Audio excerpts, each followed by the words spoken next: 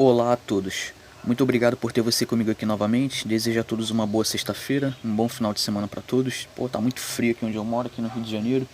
Mas enfim, eu quero ser um pouco direto e objetivo aqui nesse vídeo. Eu vou falar sobre a epopeia de Gilgamesh. A gente vai dar uma lida aqui, tá? E eu vou, como sempre, colocar um pouco o meu ponto de vista por cima aqui do que a gente tá lendo. Mas enfim. Bom, a epopeia de Gilgamesh é um antigo poema épico mesopotâmico escrito pelos sumérios, né? Em algum momento em torno de 2000 a.C., antes da Era Comum.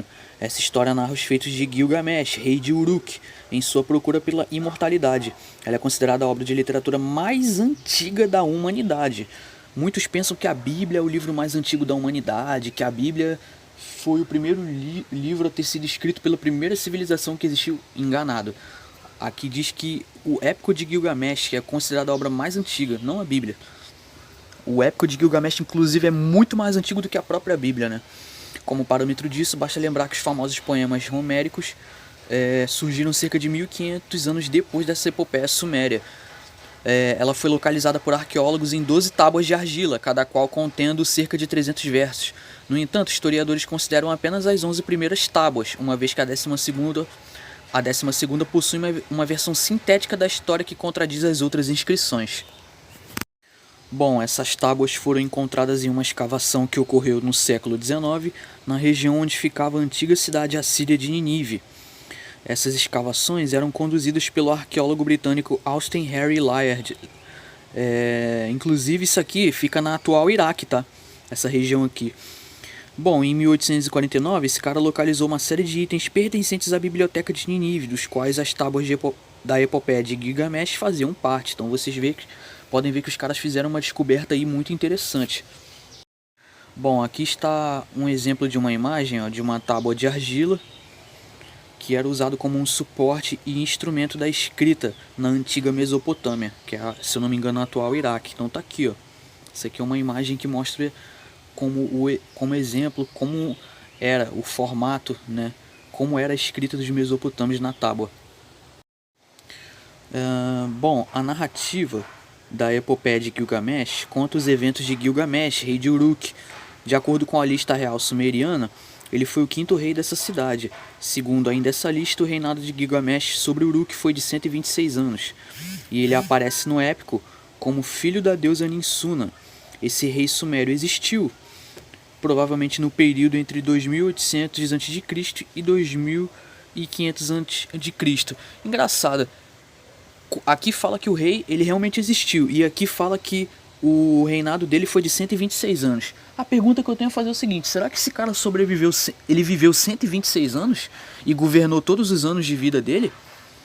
Ou será que esse cara governou por um tempo específico e depois o reinado dele continuou, só que não com ele atuando ali, né, presentemente como rei? É uma pergunta interessante que a gente tem que fazer, porque qual ser vivo, qual ser humano consegue... Bom, seres vivos, alguns conseguem sim viver 100 anos, ou quase 100 anos, mas humanos em si, qual ser humano consegue viver 126 anos? Eu pelo menos nunca vi. Mas enfim, na história narrada pelo poema, Gilgamesh é apresentado como um rei despótico, arrogante que oprimia o povo da cidade de Uruk. Os deuses então criaram Enkidu do barro e enviaram-lhe ao encontro de Gilgamesh.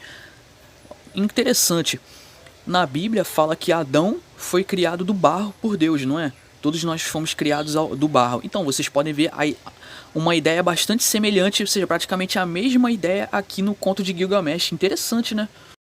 Então vocês podem ver aqui praticamente a mesma história da Bíblia de que Adão foi criado do barro. Aqui tem uma história também muito parecida, então vocês podem ver que é um paralelo claro, né? Bom, então vamos lá. Enviaram ele ao encontro de Gilgamesh com a missão de torná-lo mais humilde. Os dois tornaram-se amigos e iniciaram uma trajetória marcada por muitas aventuras. Em uma dessas aventuras, ambos desrespeitaram a deusa Irana.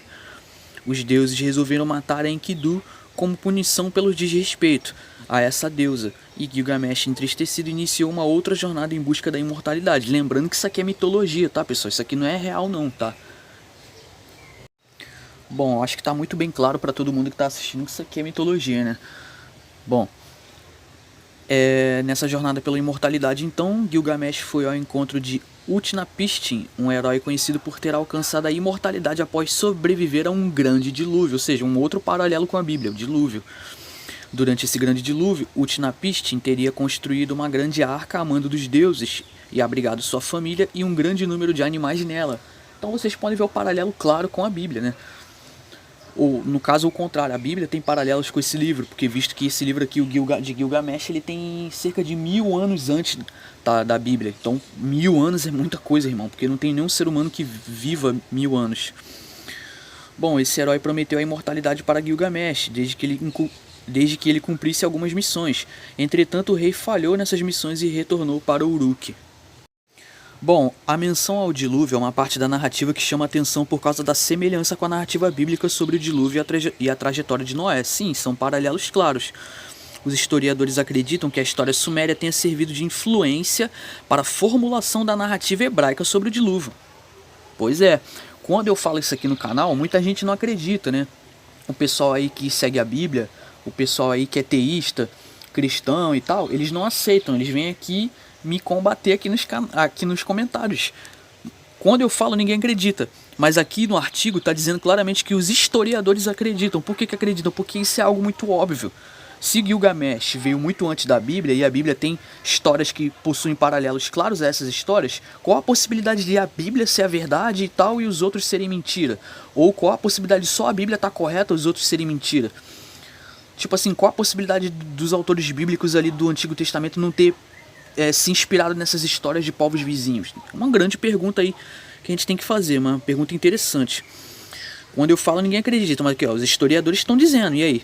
Vão atacar também os historiadores? Pois é, né? Ataquem os historiadores, porque eles estão falando isso aqui, tá? Esses especialistas sugerem ainda que, além desse, existam outros aspectos da cultura hebraica que também foram herdados da cultura suméria. Eu não preciso nem falar nada. Os próprios especialistas aqui, historiadores, estão falando. Então, qual é a opinião do Lucas, né? Um simples ateu comparado à visão desses caras aqui? Pois é, né? Pois é, né? O que é a minha opinião? O Lucas, um simples ateu, comedor de arroz e feijão como todo mundo que está assistindo esse vídeo aqui. O que é a minha opinião perto da opinião dos historiadores especialistas, né?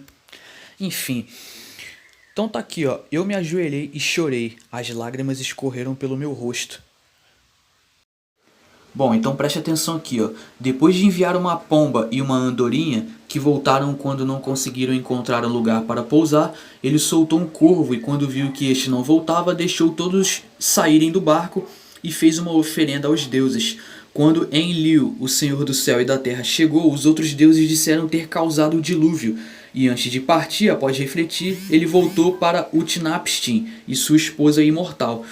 Então aqui a gente vê um paralelo claro também acerca da questão da pomba, né? O trecho da pomba, que é a mesma coisa que acontece lá em Gênesis, no livro da Bíblia de Gênesis ali, no Pentateuco, quando Noé solta uma pomba para verificar se o dilúvio já tinha acabado, se as águas já tinham escorrido. Então vocês podem ver uma história muito semelhante entre ambas as histórias. Qual o objetivo do vídeo? É mostrar os paralelos que possui entre a história do épico de Gilgamesh e a história de Gênesis ali de Noé, tá? É como se Utnapishtim fosse a versão suméria de Noé, tá entendendo? O trabalho de Smith foi realizado no que é hoje chamado Tablet Flood, a tábua do dilúvio, né? Aquele que narrava, melhor dizendo, a inundação, um dos episódios da epopeia de Gilgamesh, antigo poema épico da Mesopotâmia e uma das primeiras obras conhecidas da literatura mundial, né? Então tá aqui semelhanças claras com a Bíblia. Essa é uma das razões principais pela qual me faz questionar se a Bíblia realmente é um livro inspirado divinamente, um livro fidedigno e tal.